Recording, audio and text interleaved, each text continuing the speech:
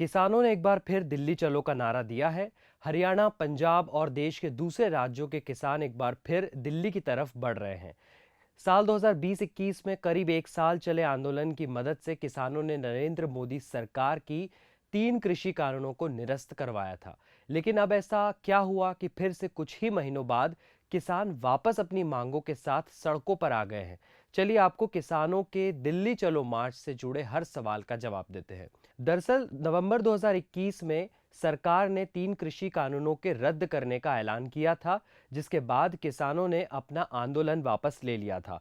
उस दौरान सरकार ने उन्हें एमएसपी यानी न्यूनतम समर्थन मूल्य की गारंटी देने का वादा किया था। इसके साथ ही कुछ और भी मांगों को पूरा करने का वादा किया था।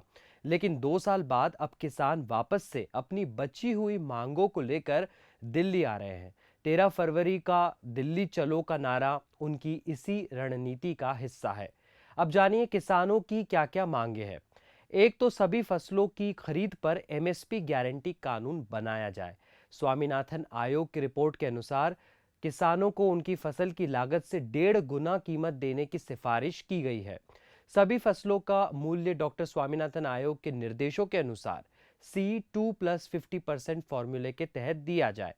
गन्ने की फसल के लिए और एसएपी डॉक्टर स्वामीनाथन आयोग की सिफारिश के अनुसार दी जानी चाहिए। हल्दी सहित सभी मसालों की खरीद के लिए राष्ट्रीय आयोग बनाया जाना चाहिए।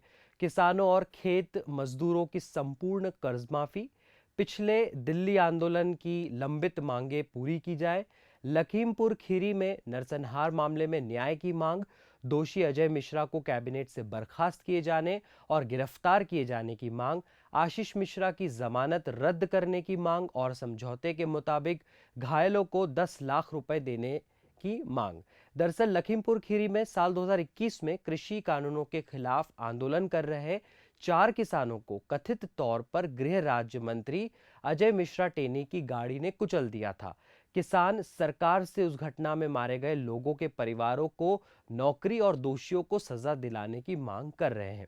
दिल्ली आंदोलन समेत देश भर में हुए सभी आंदोलनों के दौरान किसानों पर दर्ज हुए कई मुकदमे उसे रद्द करने की मांग भी की जा रही है। आंदोलन के दौरान शहीद हुए किसानों और मजदूरों के परिवार को मुआवजा और सरकारी नौकरी और दिल्ली में जमीन देने की भी मांग है। दिल्ली आंदोलन के दौरान बिजली संशोधन विधेयक को उपभोक्ताओं को विश्वास में लिए बिना लागू नहीं करने पर सहमति बनी थी, लेकिन इसे पिछले दरवाजे से अध्यादेशों के जरिए लागू किया जा रहा है। इसे खारिज करने की मांग है। वादे के मुताबिक कृषि क्षेत्र को प्रदूषण अधिनियम से बाहर रखने की मांग है। भारत को विश्व व्यापार संगठन के समझौतों से बाहर रखने की मांग, विदेशों से कृषि सामानों, डेयरी प्रोडक्ट्स, फलों, सब्जियों और मांस आदि पर आयात शुल्क कम नहीं करने के साथ उसे बढ़ाने की मांग और भारतीय किसानों की फसलों पर प्राथमिकता के आधार पर खरीदे जाने की मांग है। फिर 58 वर्ष से अधिक उम्र के किसानों और खेतीहर मजदूरों के लिए 10,000 रुपए प्रति माह की पेंशन योजना की मांग है।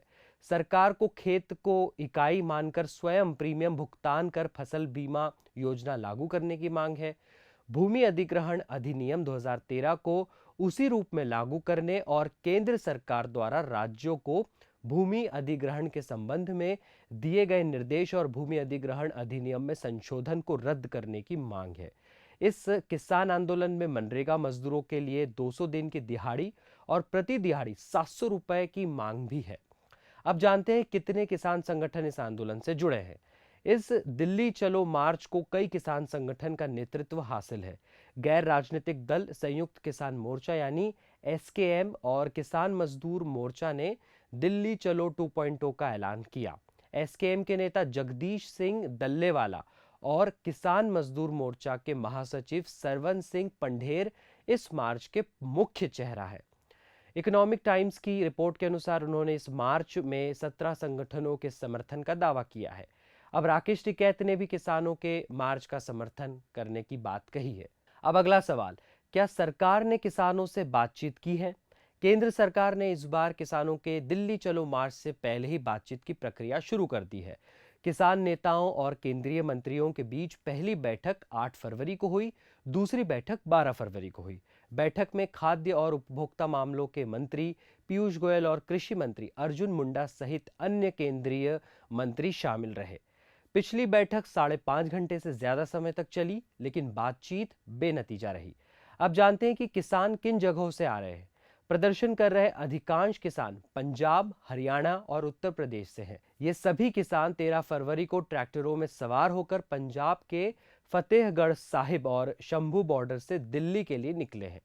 आंदोलन की टाइमिंग ये भी एक सवाल है। दरअसल इस बार जो आंदोलन हो रहा है वो 2024 के लोकसभा चुनाव से ठीक पहले हो रहा है। मतलब किसान जानते हैं कि चुनाव पर इसका असर पड़ सकता है और सरकार अपने लिए कोई परेशानी नहीं चाहेगी। ऐसे में जब 4 महीनों के बाद चुनाव होने हैं तो सरकार पर अपने वादे पूरे करने के लिए दबाव बनाने का ये सही वक्त है। इसके अलावा किसानों को विपक्ष का भी साथ मिल रहा है। विपक्षी पार्टियां सरकार पर अन्नदाता को रोकने और उनकी मांगों को भुला देने का आरोप लगा रही है। अगला सवाल, क्या सरकार ने पिछले वादे पूरे नहीं किए? 19 नवंबर 2021 को प्रधानमंत्री नरेंद्र मोदी ने 3 विवादास्पद कृषि कानूनों को रद्द कर दिया था, जिसके बाद दिल्ली की सीमाओं पर 13 महीने तक चला किसान आंदोलन खत्म हुआ था। लेकिन किसानों का आरोप है कि सरकार ने पिछले वादे पूरे ही नहीं किए। किसानों की एक मांग ये भी है कि सरकार पिछली बार उठाई गई मांग पूरी करे। एनडीटीवी की रिपोर्ट के अनुसार 12 जुलाई 2022 को ही केंद्र ने एक एक्सपर्ट समिति की स्थापना की, जिसमें पूर्व कृषि सचिव संजय अग्रवाल को इसका अध्यक्ष नामित किया। समिति में 29 सदस्य शामिल थे, जिनमें से 4 केंद्र सरकार के सचिवों का प्रतिनिधित्व करते थे और अन्य 4 राज्यों का प्रतिनिधित्व करते थे। पंजाब, हरियाणा और उत्तर प्रदेश को समिति में कोई प्रतिनिधित्व नहीं मिला। इसकी आलोचना की गई। समिति में कृषि कानूनों का विरोध करने वाले किसी भी अर्थशास्त्री या एक्सपर्ट की अनुपस्थिति को लेकर भी चिंता व्यक्त की गई। केंद्र ने पिछले साल 18 अक्टूबर को 6 रबी फसलों के लिए एमएसपी में बढ़ोतरी की घोषणा भी की थी। बाकी खबरों के लिए फॉलो करें क्विंट हिंदी।